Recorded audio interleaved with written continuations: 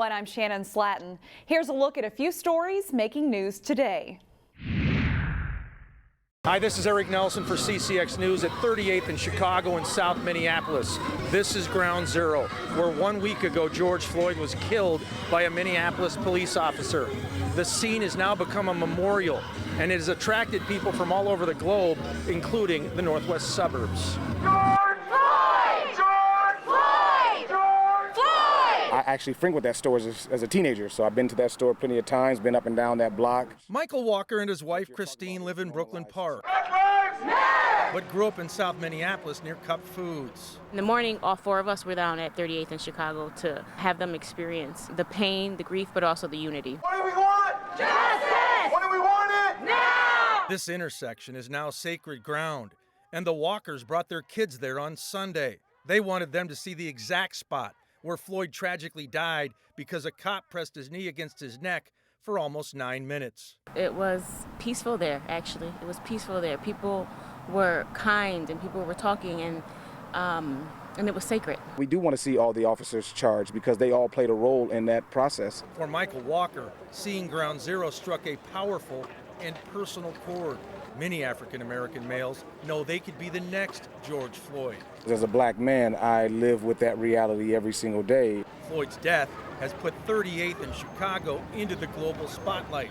The Walkers are hoping he did not die in vain, that this is a tipping point. I pray a spirit of Elijah would just pour out over that community, over our own community, Father God. A seminal moment that fosters systemic change. We have a struggle, and we need to continue to fight for what's right. We also got to just be really mindful that this is not just an isolated incident, right? So all the frustration, all the anger, all the pain is coming up because of all the years of these types of incidents. The Walkers believe something good can come from the tragedy, but know there is a lot of bridge building that needs to be done. When a police officer get behind me, yeah, my heart beats a little bit differently than some. Even though I know I got my license, I got my tabs, insured. You'll be all right, big bro. On Monday, George Floyd's brother Terrence came to the site of the killing for the first time.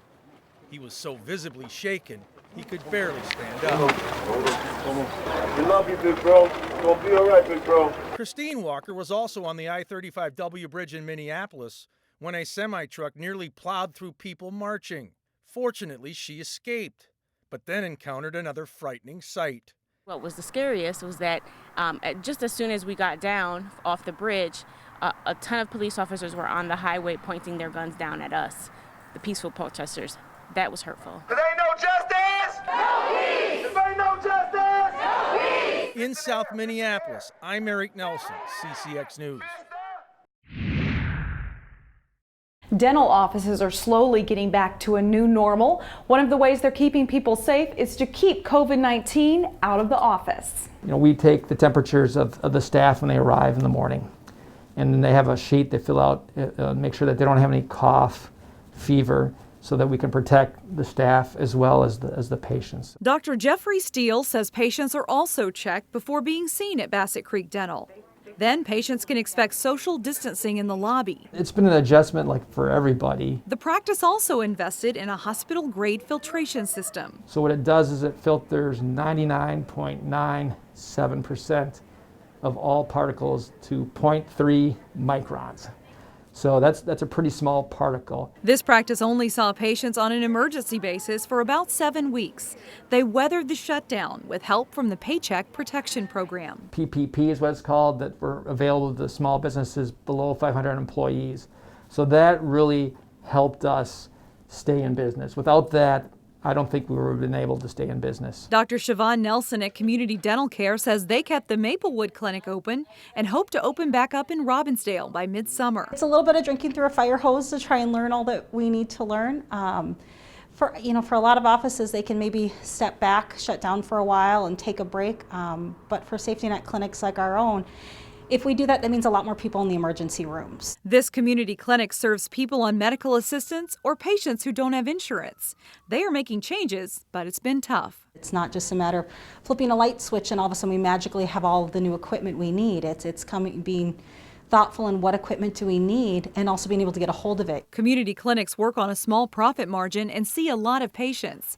Dr. Nelson says seeing fewer patients with the increased cost of protective gear will be a hurdle. You know, our mission is we want to be here for our patients, not just now, but in the long term. And so how we open and how we see, patients in a COVID world is really gonna, we're gonna have to do that thoughtfully. In Robbinsdale, Shannon Slatton, CCX News.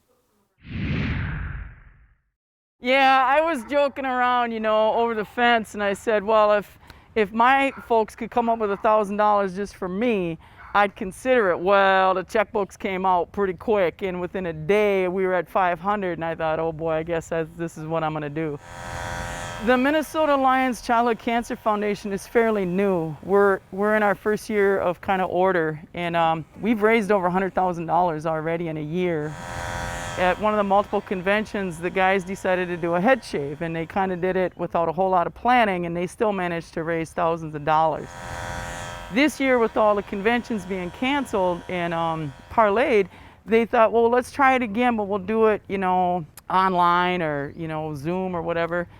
And we all got this corona hair, so I thought, you know what? This might be the year I'm in, and I'm gonna be in and I'm gonna be out. We had an idea of $5,000 on the GoFundMe, and we've surpassed that. Oh my gosh. Oh my goodness. Truly the brave are the kids that are in their cancer journey. Mine's just a mild inconvenience, and everybody that has to stare at my head for the next couple of weeks. Find more local news stories at ccxmedia.org and follow us on social media.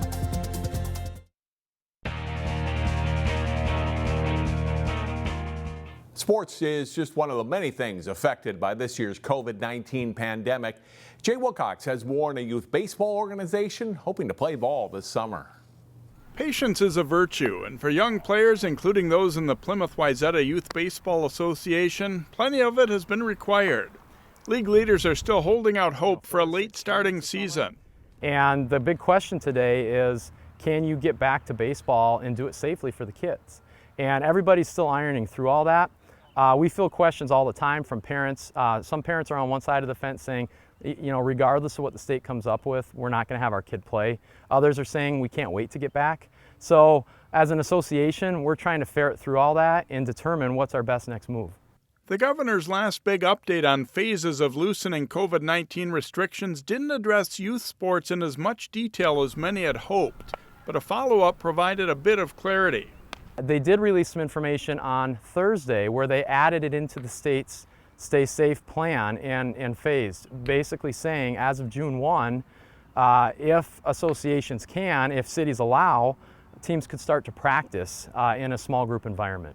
Plymouth Wayzata President Ryan Boutwell and his sons are hoping for a season of some sort. How much gameplay, if any, it would include is still up in the air. And we really do feel we want to provide some sort of avenue for play this year. The key is we want to do it safely. Our board is run, and we're a nonprofit. We're all volunteer board members.